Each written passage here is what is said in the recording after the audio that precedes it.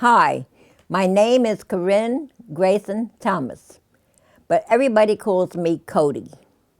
I live at 6 Hunt Avenue. I have been living there since 1929.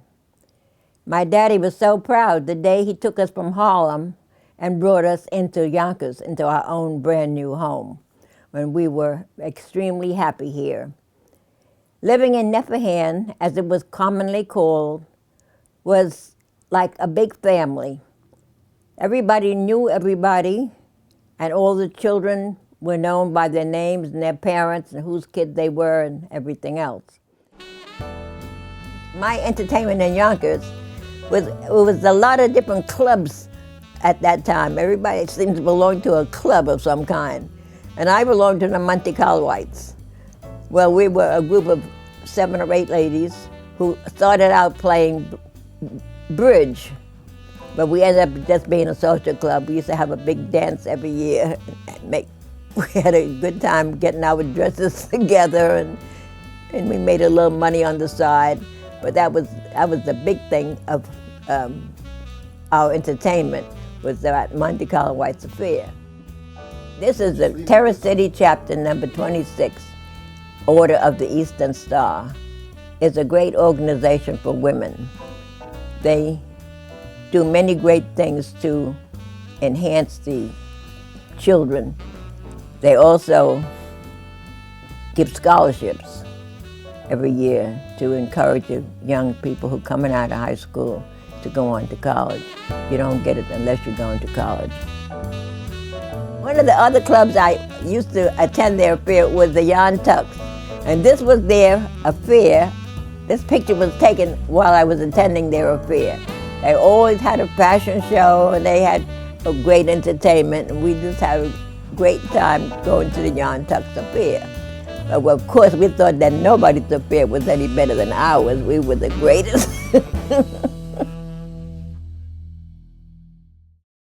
It's great to be a part of this Black History program, because I remember the day we went to Washington for the great speech of Martin Luther King, his I Have a Dream speech.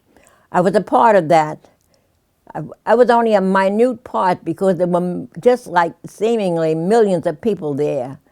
And at that time, our eyes were open to the fact that my people couldn't vote in the South, that my people couldn't eat at a restaurant, at a certain restaurant. But thanks to the efforts of Martin Luther King and all the other people who worked for the good of the whole race, we were able finally to eat where we wanted to and do the things that everybody else could do. When Martin Luther King was killed, I thought it was like a terrible blow to the programs that he had been trying to enforce, or trying to get over. But I knew that God is above all of this. And for whatever reason he took Martin Luther King away from us at that time, he must have had some other plan in store for us. I didn't know that before I died I would see a black president. I didn't know that there would be things done to people that, when you see these young boys now coming out of jail because they can't obey the law, you just have a terrible feeling. What can be done to save these kids? What can be done to make them like we would like them to be? I always had the vote because I lived in Yonkers, but my sisters and brothers, my black sisters and brothers who lived in the South, didn't have the vote. It's the difference. They didn't have the vote, and they were being, no water hose has ever been on me, but I've seen the pictures. Imagine going to vote and having to go through something like that. That was a terrible thing they did to those people. Terrible. I'm so glad now that everybody can vote, and it just irks me when I see young black people who don't bother to go to the polls and cast their vote. They don't know what people went through to get that privilege to vote, and they should all take advantage of their opportunity. I would say to the children, I would say to their mothers, educate your child. Make sacrifices and send your child to college. Let the child be prepared to do whatever has to be done.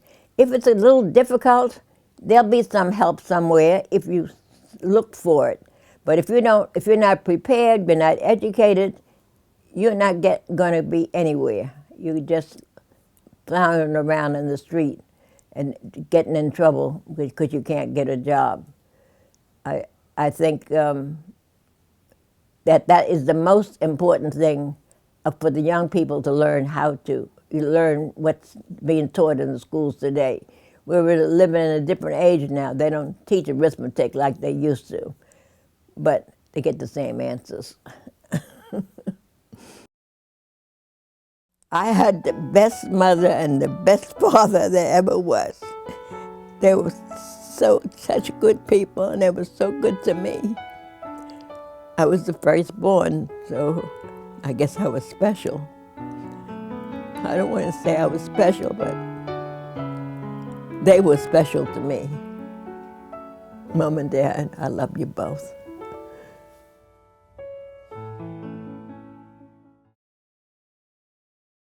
One of the messages I would like to leave with everybody is to treat your neighbor as you would like to be treated. That means all neighbors, your white neighbors, your black neighbors, your short neighbors, and your fat ladies' neighbors. All of them everyone should be treated equal and the same. And when you feel